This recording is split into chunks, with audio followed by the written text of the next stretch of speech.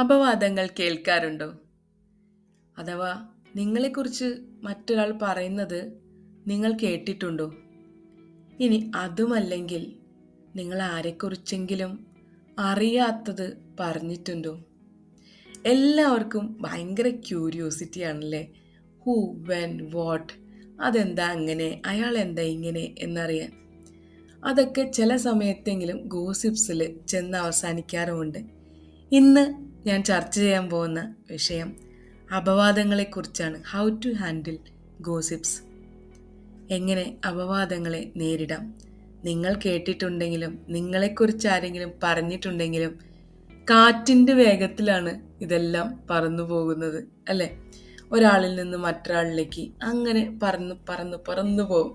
നമുക്ക് എവിടെയും സ്റ്റോപ്പ് ചെയ്യാൻ പറ്റില്ല. ഈ അപവാദങ്ങൾ കേട്ടാലും അഥവാ നമ്മളെക്കുറിച്ച് മറ്റൊരാൾ പറഞ്ഞു എന്ന് നമ്മൾ കേട്ടാലും. കാരണം ഓൾറെഡി അത് ഡെലിവേർഡ് ആയിട്ടുള്ള മെസ്സേജാണ്. And other person where they are sharing. ഒരാളുടെ അടുത്ത് നമ്മൾ പറയുമ്പോൾ പറയാൻ, നിങ്ങൾ പറയരുത് കേട്ടോ, ഇത് ടോപ്പ് സീക്രട്ട് ആണ് എന്ന് പറഞ്ഞിട്ടാണ് നമ്മൾ ഷെയർ ചെയ്യുക, അങ്ങനെയല്ലേ? പക്ഷേ obviously the other person will share. അത്രയും സീക്രട്ട് സൂക്ഷിക്കാൻ കഴിവുള്ള ഒരു ഫ്രണ്ട് ആണെങ്കിൽ ഷെയർ ചെയ്യില്ല. പിന്നെ വേറൊരു കാര്യം, നമ്മുടെ ഫ്രണ്ട്ഷിപ്പിനും ഓണസ്റ്റിക്കും ഒക്കെ ഇത് പ്രചരിപ്പിക്കുന്നതിലൊരു ഘടകം ഉണ്ട് കേട്ടോ. കാരണം നമ്മളോട് അത്ര ആത്മാർത്ഥമുള്ള ഒരാൾ നമ്മളെപ്പറ്റി മോശം കേൾക്കാൻ തയ്യാറാവില്ല, അത് മറ്റൊരാളോട് പറയാനും തയ്യാറാവില്ല. അപ്പോൾ ഓരോ വ്യക്തിയോട് പറയുമ്പോഴും the quality of the person you are delivering the message അതൊന്ന് ചെക്ക് ചെയ്യാം. എന്നിട്ട് നമ്മൾ പറയാം, ഓക്കെ, നമ്മൾ കേട്ടത് ഇങ്ങനെയാണ്, സത്യമാണോ എന്നറിയില്ല എന്നുള്ളത്. അല്ലെങ്കിൽ എന്തുണ്ടാവും, ഈ പുഴ ഒഴുകുമ്പോൾ എല്ലാ സ്ഥലത്തും മണലും എല്ലാതും വന്നടിയില്ലേ, അതുപോലെ പറയുന്നതൊക്കെ എല്ലാവിടെയും എത്തിക്കൊണ്ടേയിരിക്കും. പക്ഷേ നമ്മളറിയില്ല ഇതൊക്കെ പറഞ്ഞു എന്നുള്ളത്. നമ്മൾ പറയുമ്പോൾ നമ്മുടെ വിചാരം എന്താ, അത് ആ ചുറ്റും ആ ബൗണ്ടറിയുടെ ഉള്ളിൽ മാത്രമാണ് നമ്മൾ പറയുന്ന മെസ്സേജ് നിൽക്കുന്നത് എന്നാണ്. പക്ഷെ അതങ്ങനെയല്ല. നമ്മൾ വിചാരിക്കുന്നതിലും അപ്പുറമായി മെസ്സേജ് എവിടേക്കൊക്കെയോ എത്തുന്നു. നമ്മൾ പറഞ്ഞ കാര്യങ്ങൾ മറ്റുള്ളവരോട് പറയാൻ അപ്പം തന്നെ പറയുന്ന ആളുകളെ എനിക്കറിയാം. അതുപോലെ തന്നെ വേറൊരു കാര്യമുണ്ട് കേട്ടോ. ഇപ്പോൾ പുതിയ സാങ്കേതിക വിദ്യയൊക്കെ എത്തിയിട്ടുണ്ടല്ലോ. അപ്പം നമ്മളുടെ വോയിസ് മെസ്സേജുകൾ അങ്ങനെ തന്നെ വേറൊരാൾക്ക് അയച്ചു കൊടുക്കുക, ഇനി ഓൺ ദ സ്പോട്ട് റെക്കോർഡ് ചെയ്ത് അയച്ചു കൊടുക്കുക.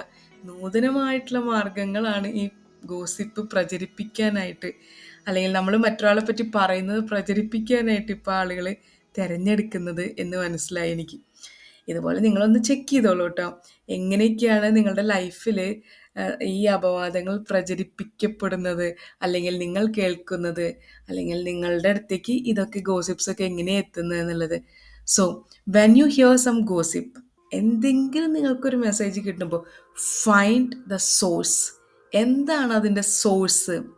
And what is the focus of the person who's telling you the message.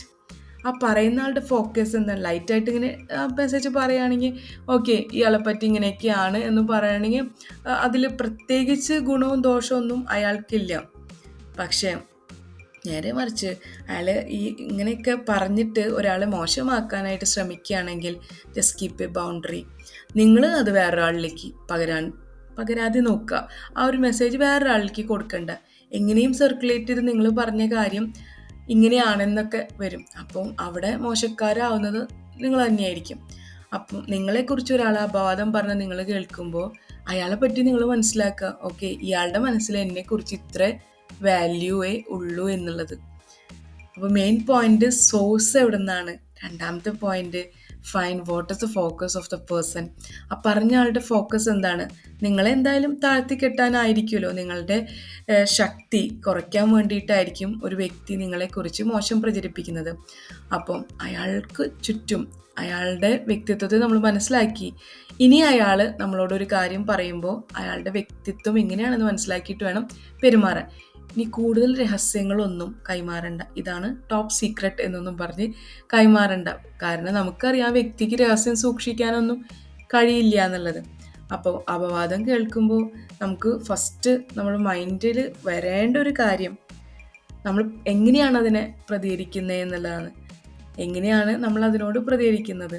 നമ്മളെക്കുറിച്ച് ഒരാൾ പറയുമ്പോൾ നമ്മൾ എങ്ങനെ പ്രതികരിക്കണം, ഇനി നമ്മൾ മറ്റൊരാളെക്കുറിച്ച് കേൾക്കുമ്പോൾ അത് സ്പ്രെഡ് ആവണ്ട എങ്ങനെ നോക്കണം എന്നുള്ളത് നമ്മൾ തന്നെ തീരുമാനിക്കണം. ഇങ്ങനെയൊക്കെ ഹാൻഡിൽ ചെയ്ത് കഴിഞ്ഞാൽ നമ്മൾ അല്പം മറ്റുള്ള ആളുകളിൽ നിന്ന് വ്യത്യസ്തനാവും കേട്ടോ. എല്ലാവരും ചറപറ ചറപറാന്ന് ഇങ്ങനെ പറഞ്ഞുകൊണ്ടിരിക്കുമ്പോൾ നമ്മൾ മാത്രം ഒരല്പം വ്യത്യസ്തനാവും. ഇതിൽ നിന്നൊക്കെ അൾട്ടിമേറ്റ്ലി നമുക്ക് എന്താ കിട്ടുക എന്നല്ലേ, നല്ല മനസ്സമാധാനം കിട്ടും.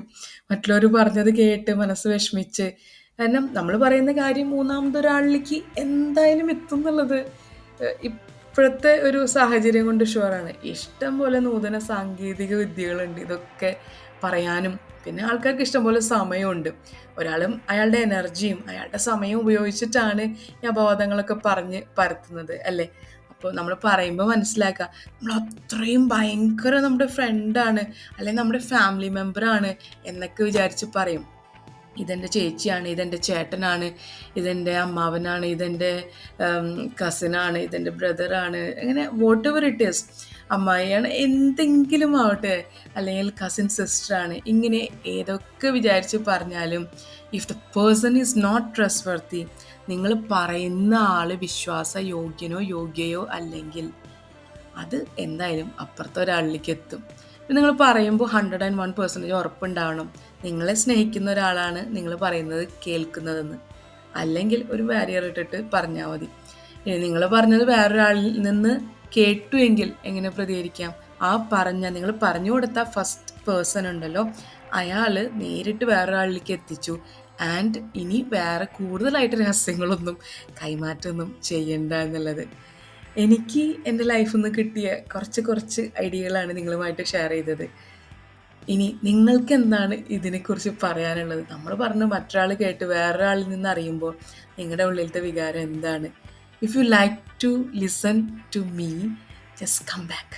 Jida here. Thank you so much for listening to me.